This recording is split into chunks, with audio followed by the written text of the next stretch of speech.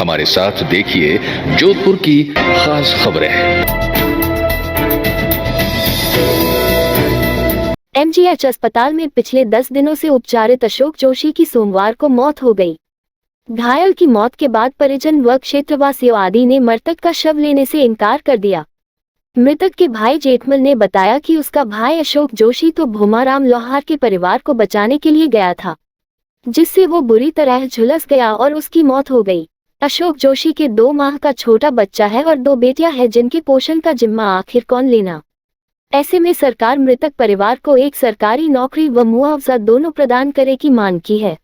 कीर्ति नगर में गैस कांड हुआ था। गैस विस्फोटक से हमारे ब्राह्मण समाज के अशोक जोशी ने उनके बचाव कार्य में अपनी जान की परवाह किए बिना उनको बचाव कार्य में लगा रहा, जिससे वो भारी जख्मी हो गया और पिछले 5-7 दिन से वो अस्पताल में जिंदगी और मौत से जूझ रहा था, जिसके आज उनकी मृत्यु हो गई। हम ब्राह्मणों में आक्रोश है और सभी धरना देके मुर्दा करके आगे मोर्चे के आगे बैठे और हम सबकी यही डिमांड है मुख्यमंत्री अशोक जी गहलोत से और राजस्थान सरकार से कि अशोक जोशी के परिवार के सदस्यों को नौकरी और उचित मुआवजा दें, जिससे इनके परिवार में आने वाले सदस्यों को थोड़ा उचित लाभ मिल जाए। उन्होंने देश हित में और राज्य हित में सेवा की है, तो कम से कम हमारा कर्तव्य बनता है कि उनके लिए शहीद का दर्जा देते हुए उनके परिवार को उचित मुआवजा देते हुए उनके परिवार के किसी सदस्य को एक सरकारी नौकरी दी जाए। राजस्थान ब्राह्मण महासभा देहांत और शहर के सभी पदाधिकारी और सभी ब्राह्मणों के घटों के ब्राह्मण बंधु आज धरना स्थल एमडीएम मथुरादास अस्पताल में बाहर धरने पे बैठे हैं।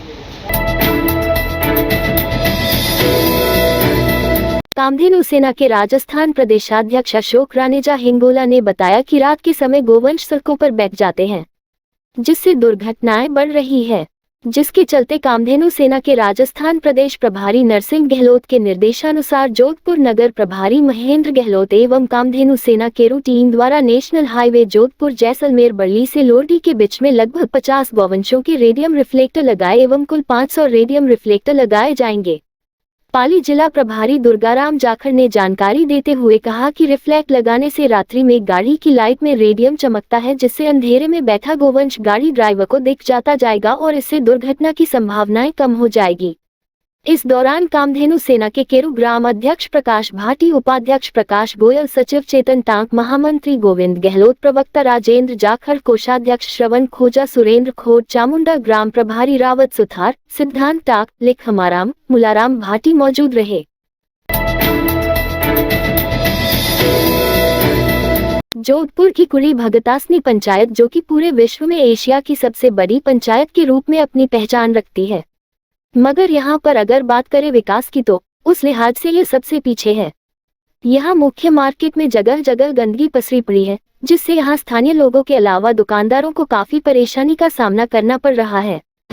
यहाँ पे दिक्कत सर ये है कि यहाँ पे मुख्य बाजार में यहाँ पे जो खाली मैदान जो पड़ा है ये हादसे मोड़ की जो आवासी जो है, इसमें क्या है कचरा लोग बाग यहाँ पे दुकानदार भी डालते हैं, घर वाले भी ला के डालते हैं, यहाँ पे गोबर भी डालते हैं, कचरा भी डालते हैं। यहाँ पे मेरा मेडिकल स्टोर है, आयुष मेडिकल स्टोर। यहाँ पे क्या है लोग बाग जब दवा लेने के लिए कोई आते हैं तो उन्होंने बोले कि बदबू कहाँ से आ रही है। मैं बोले यहाँ पे कचरा पड़ा है तो कचरे की वजह से यहाँ पे बदबू आ रही है।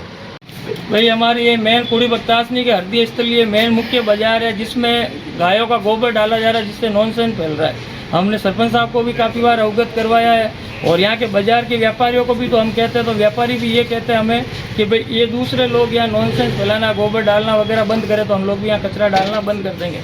मगर सरपंच साहब को कहा, मगर सरपंच साहब भी इस ओर ध्यान नहीं दे रहे हैं। गाय का गोबर मुख्य बाजार के अंदर आए दिन ढिगली लगाने से, मतलब बड़ी भारी मात्रा में ढिग लगने से यहाँ नॉनसेंस बीमारियाँ फैल रही है। और पूरी भगतासनी का सबसे बड़ा मुख्य बाजार और हृदय स्थली है, और उसमें गायों का गोबर और इस तरह से गंदगी पड़ी रहेगी तो आम पंचायत के अंदर क्या गंदगी और वहाँ की दूसरी जगह की तो कोई उम्मीद ही नहीं रख सकते हैं। सरपंच को काफ़ी बार अवगत कराया, जिनकी गाय है वो जो गाय का गोबर डाल रहे हैं उनके खिलाफ कोई कार्रवाई नहीं कर रहे हैं, ना उनके खिलाफ कोई एक्शन लिया जा रहा है। जोधपुर कायस्थ लेडीज द्वारा कायस्थ सामुदायिक भवन में रंग बिरंगे सजे पंडाल। प्रदर्शनी में लोगों ने न केवल खरीदारी के साथ ही सांस्कृतिक कार्यक्रम का भरपूर आनंद लिया। क्लब अध्यक्षा मुक्ता माथुर ने बताया कि कोरोना काल के बाद से महिला स्वावलंबन एवं घरेलू उद्योगों को बढ़ावा देने हेतु क्लब की ओर से पहली बार आयोजन किया, जिसका लोगों का जबरदस्त रुझान रहा। प्रदर्शनी संयोजिका वंदना माथुर और डॉक्टर अंशु माथुर ने बताया, इस प्रदर्शनी में प्रदेश के कई हिस्सों से एवं प्रदेश के बाहर से भी विभिन्न महिला उद्यमियों ने भाग लिया। मनस्वी, मनीषा राय, योगिता माथुर और शालिनी माथुर के नेतृत्व में उच्च स्तरीय फैशन शो का आयोजन किया, जिसमें समाज की बेटियाओं ने फ्यूजन और म्यूजिक की बीट्स के साथ स्टेज पर इंटरनेशनल मॉडल की तरह आत्मविश्वास का परिचय देते हुए केट वॉक कर सबको अचंभित कर दिया। जोधपुर में युवा कार्यक्रम एवं खेल मंत्रालय, भारत सरकार के नेहरू युवा केंद्र जोधपुर के निर्देशानुसार स्वच्छ भारत अभियान द्वितीय चरण शुरू किया गया, जिसमें स्वामी विवेकानंद युवा मंडल लोलासनी के युवाओं द्वारा ग्राम के स्थानीय विद्यालय परिसर तथा गांव की सार्वजनिक जगहों पर श्रमदान कर साफ सफाई की तथा प्लास्टिक संग्रहण कर स्वच्छता का संदेश दिया। इस पर राष्ट्रीय युवा स्वयंसेवक रमेश पंचारिया ने ग्रामीणों को स्वच्छता की शपथ दिलाई एवं हर वर्ष 100 घंटे श्रमदान का संकल्प भी दिलाया तथा ग्रामीणों को स्वच्छता के प्रति जागरूक रहने का संदेश दिया।